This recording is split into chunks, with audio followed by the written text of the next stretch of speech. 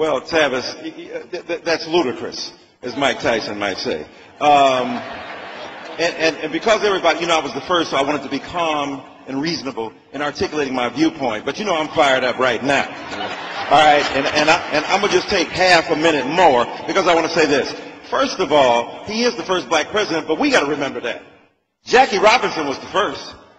Jackie Robinson wasn't the best ball player. He was the best ball player suited to exist under the conditions that white folk would impose upon him.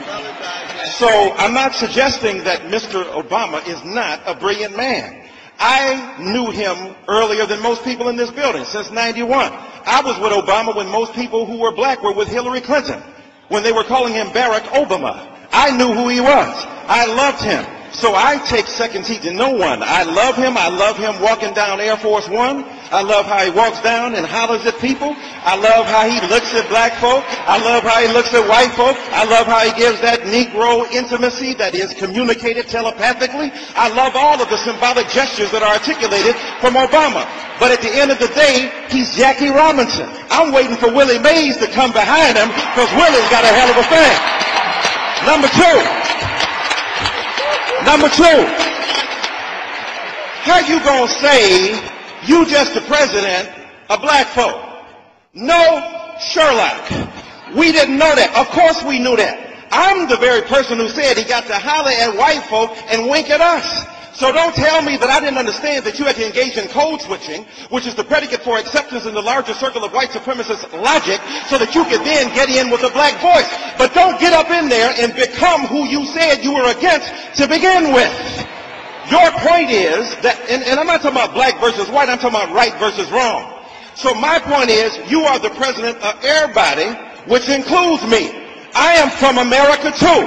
I'm from Detroit, Michigan. That's in America. New Jersey ain't got to be New York to be part of America. I ain't got to be white to be part of America. Latinos asking them for something and they got something. Gay and lesbian said, don't ask, don't tell, changed it. Jewish brothers and sisters said, deal with Israel, deal with it. All of those are specific entities. Why is it when it comes to Negroes? Why is it when it comes to black folk? All of a sudden we are persona non grata. I tell you, Mr. Obama, to deal with the black agenda is what every president before you had to do. How you gonna be any different?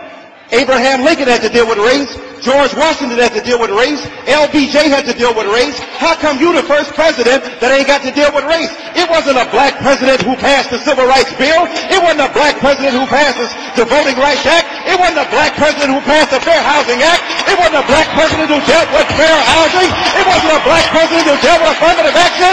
You gonna be like every other president, deal with race. If you want to be great, deal with the Negro question. Now let me say this. How you gonna say this? One size does not fit all. When you go to the hospital, some people taking aspirin for hangnails. Some people taking insulin for diabetes. And some people taking chemotherapy for cancer. Ain't no such thing as a rising tide lifts all boats. You got to target your particular reality and tailor the public policy. And let me say this. First of all, everybody ain't got no boat. So you need to make some funds available for boat making.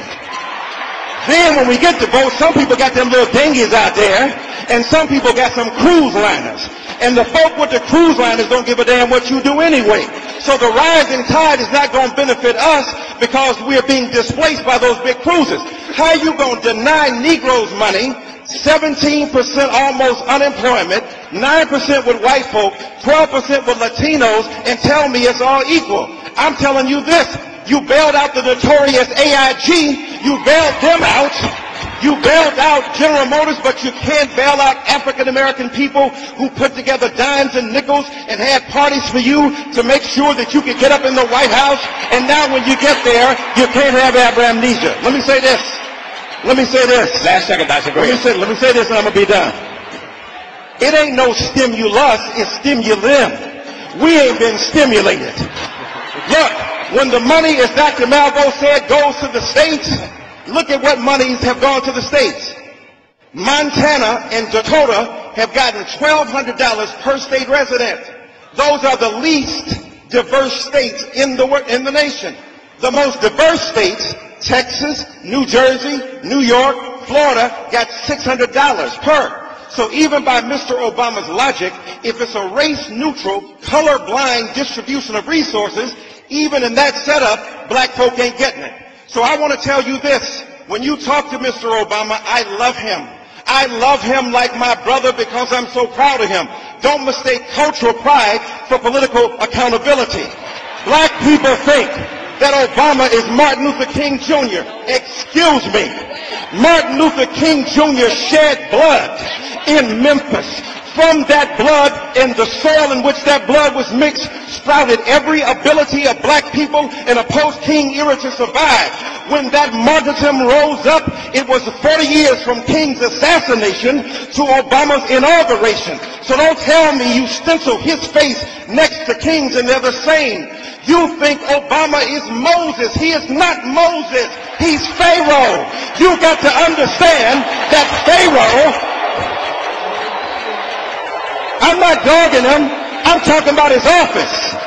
One man is a prophet, another man is a politician. It is time to say to Pharaoh, not let our people go, let our resources go. Let that money go. Let that love flow. I know white folk don't want you to love us, but you came from us. Before they knew you, we loved you. We birthed you. We gave you acceptance. You were biracial, but black folk made you a black man in America. Now represent us. Don't dog us when we need you. We love you. We just want some love back.